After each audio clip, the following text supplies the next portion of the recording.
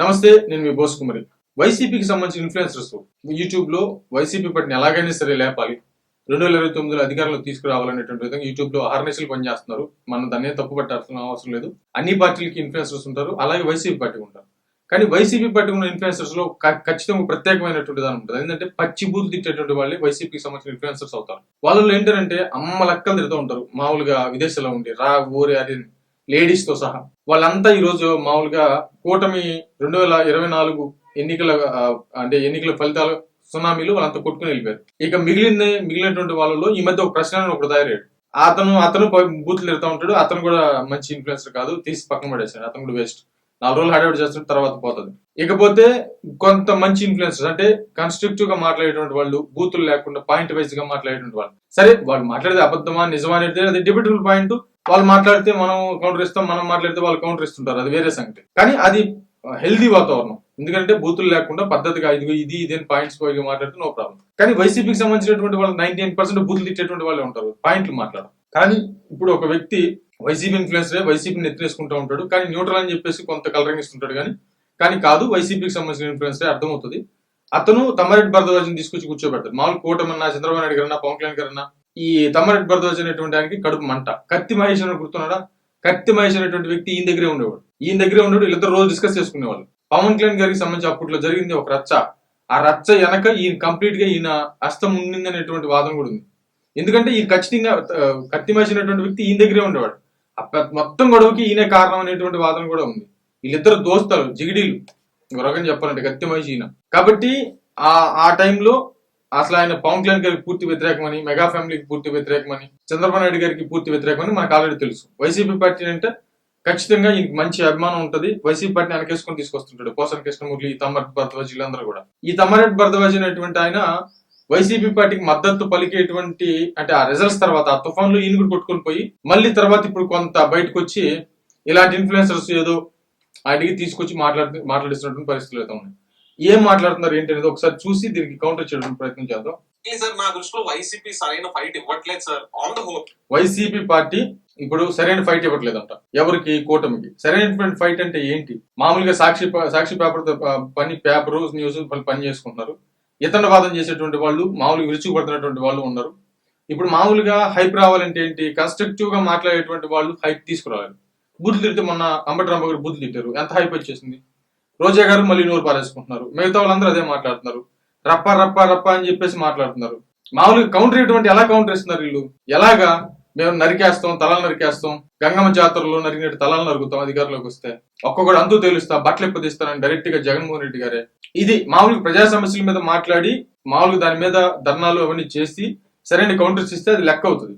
ఇప్పుడు రోజా గారు ఉన్నారు, జెండా కూలీలు, పిచ్చి కుక్కలు అని చెప్పేసి మాట్లాడతారు. ఆయన జోగి రమేష్ గారు బయటకు వచ్చి లోకేష్ గారిని, ఆయన ఆల్రెడీ అధికారంలో ఉన్నారు, ఆయన అధికారంలో, ఈయన వైసీపీ పార్టీ అధికారంలో ఉన్నప్పుడు తిట్టాడు. ఇప్పుడు వీళ్ళు అధికారంలో ఉన్నప్పుడు కూడా పిచ్చి కుక్కను కొట్టిస్తాడంట లోకేష్ గారిని ఆయన. ఇక అంబటరాంబ కొట్టినట్టు తిట్లు మనకు తెలుసు. అంటే ఇంక వీళ్ళు మాట్లాడేది ఇవే.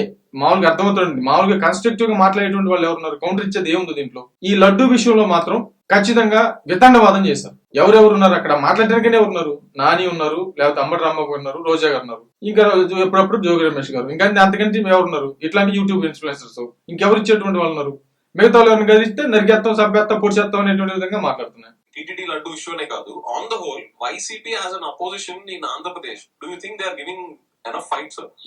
ఫైట్ అంటే ఏముంది? అసలు అసెంబ్లీకి వస్తే కదా, అసెంబ్లీకి వచ్చిన ప్లకార్డులు పట్టుకొని మాకు ప్రతిపక్ష హోదా ఇవ్వండి, ప్రతిపక్ష హోదా ఇవ్వండి. ఇప్పుడు అసెంబ్లీకి రావద్దని ఎవరైనా చెప్పారా? అసెంబ్లీలోకి వచ్చి కూర్చొని ఎవరు మాట్లాడొద్దని చెప్పారా? ప్రశ్నించొద్దని ఎవరైనా చెప్పారా? అడగొద్దని ఎవరు చెప్పారా? అందరూ రమ్మనే చెబుతున్నారు, ప్రశ్నించమనే చెబుతున్నారు. కానీ ఏంటి, ఆయనకి ఆడు వచ్చి ఆయన ప్రశ్నిస్తే సమాధానం చెప్పలేడు. అంటే అవతల కూటమి దెబ్బకి తట్టుకోలేక ఏం చేయాలో తెలియక ఏదో ఒక వంక పెట్టుకొని, ఇదిగో మా ప్రతిపక్ష హోదా ఇవ్వట్లేదు కాబట్టి నేను అసెంబ్లీకి రావట్లేదు అనేటువంటి విధంగా ఆయన మాట్లాడుతున్నాడు. ఈ విషయాన్ని ఖండించేటువంటి ఇన్ఫ్లుయెన్సర్స్ అడగరా? వాస్తవం ప్రజాస్వామ్యబద్ధంగా అది కుదురుతుందా? మరి ప్రజాస్వామ్యబద్ధంగా అనుకునేటువంటి వాళ్ళు మీరు వెళ్ళండి, అసెంబ్లీకి వెళ్ళండి, కూర్చోండి, మాట్లాడండి అని చెప్పేసి చెప్పాలి కదా.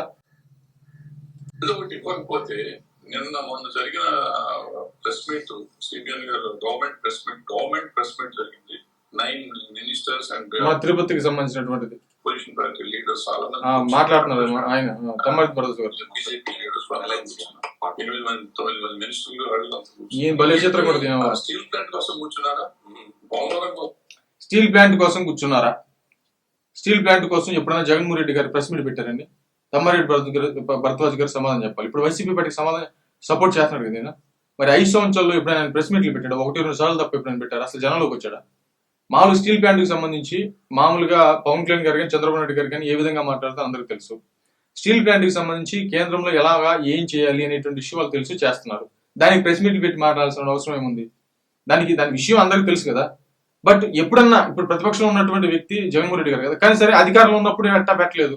మరి ప్రతిపక్షంలో ఉన్నప్పుడన్నా ఎప్పుడన్నా ప్రెస్ మీట్ పెట్టి ఇది విశాఖపట్నానికి సంబంధించి స్టీల్ ప్లాంట్ సంగతి ఏందని చెప్పేసి ఏ రోజన్నా ప్రెస్ మీట్ పెట్టి అడిగినటువంటి సందర్భాలు జగన్మోహన్ రెడ్డి గారు ఉన్నాయా? మరి అది వదిలేసి కోసం కూర్చున్నారా? లేకపోతే రాయలసీమ నీళ్ళను అసలు మామూలుగా అయితే ఇట్లా కూర్చోరు, మంత్రులంతా ఎవరు కూర్చోరు. కానీ ఎందుకు కూర్చున్నారనేటువంటి విషయం ఈ వీడియో లాస్ట్ లో చెప్తాను నేను. చాలా భయంకర విషయం.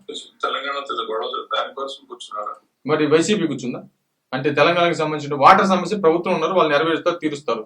ఎవరన్నా వస్తే దానికి సమస్య పని చేస్తారు. ప్రెస్ మీట్లు పెట్టాల్సిన పని ఏంది? వాళ్ళ క్యాబినెట్ మీటింగ్ ఉంటది, క్యాబినెట్ మీటింగ్ లో చర్చించుకుంటారు, దాన్ని బట్టి ప్రభుత్వం చేస్తారు. ప్రభుత్వం చేసేదానికి వచ్చి ప్రెస్ మీట్లు పెట్టేంద్ర అయ్యా నాకు అర్థం కాదు. నువ్వు తమ్మారెడ్డి భరద్వాజ్ అయ్యా ఏందో. విభజన హామీల గురించి కూర్చున్నారు. విభజన హామీలకు సంబంధించి జగన్మోహన్ రెడ్డి గారు ఇప్పుడేమైనా మాట్లాడుతున్నారా? అప్పుడేమైనా మాట్లాడారా? అధికారంలో ఉన్నప్పుడు మాట్లాడలేదు. తీసుకెళ్లి కేసీఆర్ గారికి సంబంధించి ఆయన పరామర్శించి వచ్చాడు పోయి. మరి ఈ కేసీఆర్ గారు జగన్మోహన్ రెడ్డి గారిని ఎందుకు అక్కడిని చేర్చుకుంటారు? మొత్తం ఇక్కడ మనకు రావాల్సినటువంటి విభజన హామీలన్నీ కూడా వాళ్ళు తాగట్టు పెట్టాడు కాబట్టి అయిపోయింది. అధికారంలో ఉన్నప్పుడు మీరేం చేశారు అయ్యా? మామూలుగా అయితే వైసీపీ పార్టీకి సంబంధించిన వ్యక్తే కదా ఇతను. వైసీపీకి సపోర్ట్ చేస్తున్నారు కదా వీళ్ళిద్దరు. మరి విభజన హామీలకు సంబంధించి ఏం చేశారు మీరు? మరి సమాధానం చెప్పాలి. మరి ఈ కనీసం ప్రతిపక్షంలోకి వచ్చిన తర్వాత విభజన హామీల సంగతి ఏందని చెప్పేసి నోరెత్తేటువంటి ధైర్యం జగన్మోహన్ రెడ్డి గారికి ఉందా? ఎందుకంటే 5 సంవత్సరాలు మనం ఏం చేయలేదు కాబట్టి నోరెత్తేటువంటి ధైర్యం లేదు. ఇదిగో జగన్మోహన్ రెడ్డి గారు ప్రశ్నించారు, మీరు ఎక్కడ ప్రశ్నిస్తున్నారు, మీరు ఏం చేశారు విభజన హామీలకు సంబంధించి అని చెప్పేసి వాళ్ళు అడిగితే వాళ్ళు చెప్తారు, సమాధానం చెప్తారు. అసలు ప్రెస్ మీట్లు పెట్టాల్సిన అసలు కర్మ మామూలు ప్రభుత్వానికి ఏముంది? మామూలుగా క్యాబినెట్ పెడతారు, క్యాబినెట్ లో చర్చించుకుంటారు, ఆటోమేటిక్ చేస్తారు. దాన్ని దాటి వెళ్ళిపోతే ప్రెస్ మీట్లు పెడతారు. చంద్రబాబు నాయుడు గారు ఎప్పుడు నిత్యం జనంలో ఉంటారు, ప్రెస్ మీట్లు పెడతానే ఉన్నారు. పవన్ కళ్యాణ్ గారు ఎప్పుడు జనంలోనే ఉన్నారు, జగన్మోహన్ రెడ్డి గారు ఎప్పుడు ఉన్నారు అట్లాగా ఏదో మాట్లాడతారు. అంటే రాష్ట్రానికి కావాల్సిన అభివృద్ధి గురించి మాట్లాడడానికి ఎప్పుడు 8 మంది కూర్చున్నారు. అభివృద్ధి అసలు అభివృద్ధి అనేటువంటి విషయానికి సంబంధించి మాట్లాడేటువంటి హక్కు ఉందా తమ్మారెడ్డి భరద్వాజ్ గారు? మీకు అభివృద్ధికి సంబంధించి 5 సంవత్సరాల పరిపాలనలో జగన్మోహన్ రెడ్డి గారు కానీ ఏం అభివృద్ధి చేశారో మీరు చెప్పాలి. మీ పార్టీ కదా, మరి మీరు చెప్పాలి. మరి అభివృద్ధికి సంబంధించి చేసుకుంటూ ముందుకు వెళ్తున్నారు, ఎప్పటికప్పుడు అప్డేట్ ఇస్తున్నారు. ఇదిగో మేము ఇన్ని పరిశ్రమలు తీసుకొస్తున్నాం, ఇదిగో అమరావతి ఇక్కడ దాకా ఉంది, ఇదిగో పవన్ కళ్యాణ్ గారు అయితే ఇదిగో నేను ఈ పని చేస్తున్నాను, ఇదిగో ఇంత చేస్తున్నాను. అభివృద్ధి ఎప్పటికప్పుడు ప్రజల్లో ఉండి ముందుకు తీసుకెళ్తున్నారు. అసలు నువ్వు మాట్లాడడానికి మీనింగ్ ఉందా? అసలు మనుషులేనా? ఫస్ట్ ఒకసారి మనం ఇంగితం పెట్టి ఆలోచించాలి కదా. పవన్ కళ్యాణ్ గారు ఇప్పటి వరకు అధికారంలోకి వచ్చిన తర్వాత ఏమేం చేశారు అనేటువంటి విషయం ఖచ్చితంగా ప్రజలకు తెలుసు. చంద్రబాబు నాయుడు గారు, లోకేష్ గారు ఎంత కష్టపడుతున్నారు, ఏమేమి పరిశ్రమలు తీసుకొచ్చారు అనే విషయం ప్రజలకు మొత్తం తెలుసు. ఎందుకంటే ప్రతిరోజు వాళ్ళు ఉంటున్నారు. ఇప్పుడు ఇటీవల గ్రీన్ ఎనర్జీకి సంబంధించి జరిగినటువంటి ఫంక్షన్, పెద్ద ఫంక్షన్ పెట్టారు, గుర్తుంది కదా. ఇప్పుడు నిన్నగా మన క్వాంటమ్ కంప్యూటర్స్ కి సంబంధించి మరి ఒక మీటింగ్ పెట్టారు, గుర్తుందా. ఈ అభివృద్ధి పనులు చేసుకుంటూ ప్రజల్లో నుండి చేసుకుంటూ వెళ్తున్నారు. ఇక ఈ ప్రెస్ మీట్లు పెట్టేది ఇది ఎట్టిస్తున్నారు ఎవరు అంటే మొత్తం ప్రెస్ మీట్లు పెట్టి ఇదేం చెప్తారేంటి? అభివృద్ధికి సంబంధించి అందరూ వస్తున్నారు, అందరు మినిస్టర్స్ వస్తున్నారు. మన లేదా క్వాంటమ్ కంప్యూటర్స్ కి సంబంధించి మొత్తం స్టేజ్ చూడండి, మొత్తం అందరు మినిస్టర్స్ లేదా, అందరు మినిస్టర్స్ అందరూ ఉన్నారు. జనసేన పార్టీ తరపు నుంచి కూడా మినిస్టర్స్ వచ్చారు, అందరు వచ్చారు. అందరూ ఉండే కదా సభ నిర్వహించింది. ప్రెస్ మీట్లు పెడతారండి. అసలు మీరు ఏ మనుషులు ఏంటో అర్థం కాదు. నిజంగా కామెడీగా ఉంటుంది అసలు. ఆ రోజు సభలో చూడండి మీరు, ఏ సభకి, ఇదిగో అభివృద్ధికి సంబంధించినటువంటి ఏ సభకి మినిస్టర్స్ చంద్రబాబు నాయుడు గారు ఎవరు రాలేదు చెప్పండి. ప్రధానమంత్రి మోదీ గారి చేత ఓపెన్ చేయించి ప్రతిదానికి పవన్ కళ్యాణ్ గారు, అదే విధంగా చంద్రబాబు నాయుడు గారు వస్తున్నారు. అభివృద్ధికి సంబంధించి ఏ ఫంక్షన్ నిర్వహించినా మినిస్టర్స్ అందరూ పిలుస్తున్నారు, అందరూ కూర్చోబెడతారు. మరి అది కాదా? అది మీడియా కవర్ చేయదా? అరే ఏం మనుషులు రా. ఇది వచ్చారు అంటే జగన్ అంటే చూసి భయపడుతున్నారు కాబట్టి వచ్చారు. సార్ అక్కడ నాది చిన్న డిఫర్ అవుతాను సార్.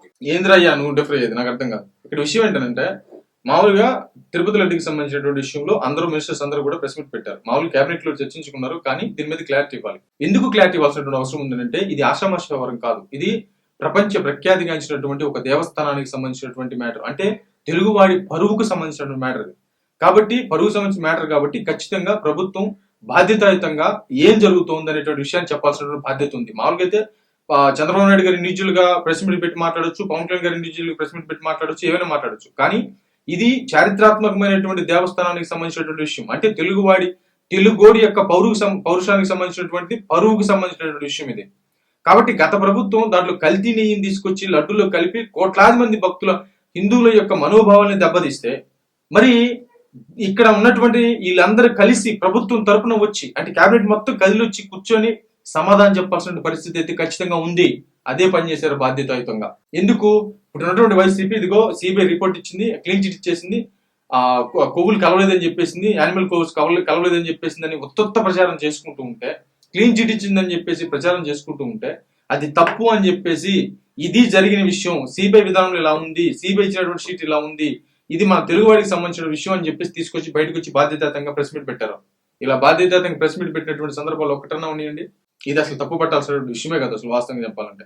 సరే, కాకపోతే అందరి మొఖాల్లో నెత్తురు చొక్క లేదు, అది లేదు, ఇది లేదని చెప్పేసి మాట్లాడుతున్నారు. కానీ అసలు మీరు అంటే ఒక రకంగా ఒక రాష్ట్రానికి, ఒక హిందువుకి, ఒక ఒక గొప్ప దేవస్థానానికి ఇంత పెద్ద అవమానం జరిగితే అందరు నవ్వుతూ ఉంటారండి. చక్కగా పక్క పక్క నవ్వుతూ ఉంటారా? నవ్వుతూ చెప్తారా? ఇది బాధాకరమైనటువంటి విషయమా, లేకపోతే సంతోషించాల్సినటువంటి విషయమా? ఇప్పుడు మన నాయకుడు ఉన్నాడు, బాధకి లేకపోతే సంతోషానికి లేకపోతే దుఃఖానికి లేకపోతే వీటన్నిటి తేడా లేకుండా మనోడు ఒకే ఎక్స్ప్రెషన్స్ ఉంటుంది. మన జగన్మోహన్ రెడ్డి గారి ఒకే ఎక్స్ప్రెషన్, ఇది మన ప్రజెంట్ ట్రోల్ అవుతుంటది. కానీ ఇది బాధ కలిగినటువంటి విషయం కదా, దేవస్థానం పరువు పోయింది కదా, హిందూ యొక్క మనోభావాలు దెబ్బతిన్నాయి కదా, మన రాష్ట్రం యొక్క పేరు మొత్తం ప్రపంచం మొత్తం హిందువులు ఎక్కడెక్కడ ఉన్నారో మొత్తం అక్కడ చర్చించుకున్నారు కదా, నేషనల్ మీడియా కూడా ప్రస్తావిస్తుంది కదా, దేశం మొత్తం మీద మన రాష్ట్రం పరువు పోతుంది కదా. మరి క్యాబినెట్ మొత్తం వచ్చి మీరు ప్రెస్ మీట్ పెట్టి గట్టి పెడతారంటే అది ఏం మనుషులు రాయా మీరు? నాకు అర్థం కాదు. అంటే ఉండొచ్చు కానీ మరి సరే ఇదంతా తీసేయండి. మరి జగన్మోహన్ రెడ్డి గారు అడిగారా? జగన్మోహన్ రెడ్డి గారు మీరు క్లీన్ చిట్ అంటున్నారు, సిబిఐ ఎంక్వైరీలో క్లీన్ చిట్ ఇవ్వలేదండి, కల్తీ నెయ్యి కలిసింది కదండి. మరి దానికి సమాధానం చెప్పమని ఈ తమ్మారెడ్డి భరద్వాజ్ ఇన్ఫ్లుయెన్సర్స్ ఎందుకు అడగరండి? అసలు ఈ తమ్మారెడ్డి భరద్వాజ్ అనేటువంటి వ్యక్తి అంటేనే ఒక వైసీపీ లెక్క, అది కన్ఫర్మ్ అది. మరి మీరు అడగొచ్చు కదా, సిబిఐ ఎంక్వైరీలో యాడ్ ఇచ్చిందండి క్లీన్ చిట్ అని మీరు అడగొచ్చు కదా. మరి అది అయిపోయింది. ఇప్పుడు హిందువుల మీద నిరవధిక దాడి జరిగింది 5 సంవత్సరాల పాటు. ఎన్ని విగ్రహాలు ధ్వంసం చేశారు, ఎన్ని రథాలు దగ్ధం అయిపోయినాయి, ఎన్ని వెండి సింహాలు పోయినాయి. మామూలుగా అసలు వాళ్ళు మాట్లాడినట్టు నాయకులు మాట్లాడిన మాటలు ఏంటంటే హిందువులకు సంబంధించి ఆ విగ్రహం ఒక బొమ్మ ఇరిగిపోయింది. ఆంజనేయ స్వామి వారి విగ్రహం పగిలిపోతే అది బొమ్మ చేపించుకొని ఇంకోటి ఏమైంది, బొమ్మ కదా, ఆంజనేయ ఇరిగిపోయినటువంటి ఆంజనేయ స్వామి బొమ్మకి ఏమైనా అయిందా అని చెప్పేసి మాట్లాడారు వైసీపీకి సంబంధించిన నాయకులు. ఇదేనా? మరి ఆ రోజుల్లో ఇంత జరుగుతుంటే ఏ రోజన్నా వచ్చి ప్రెస్ మీట్ పెట్టారా వైఎస్ జగన్మోహన్ రెడ్డి గారు బయటకు వచ్చి క్యాబినెట్ అంతా? కానీ ఒక్క ఇష్యూ రాగానే తెలుగుడి పరువు పోతుందని చెప్పేసి క్యాబినెట్ అంతా వచ్చి ప్రెస్ మీట్ పెట్టి దాని గురించి మాట్లాడారు. దానికి దీనికి ఎట్లా వ్యత్యాసం అవుతుందండి తమ్మారెడ్డి భరద్వాజ్ గారు? బట్ మీరేమంటారు?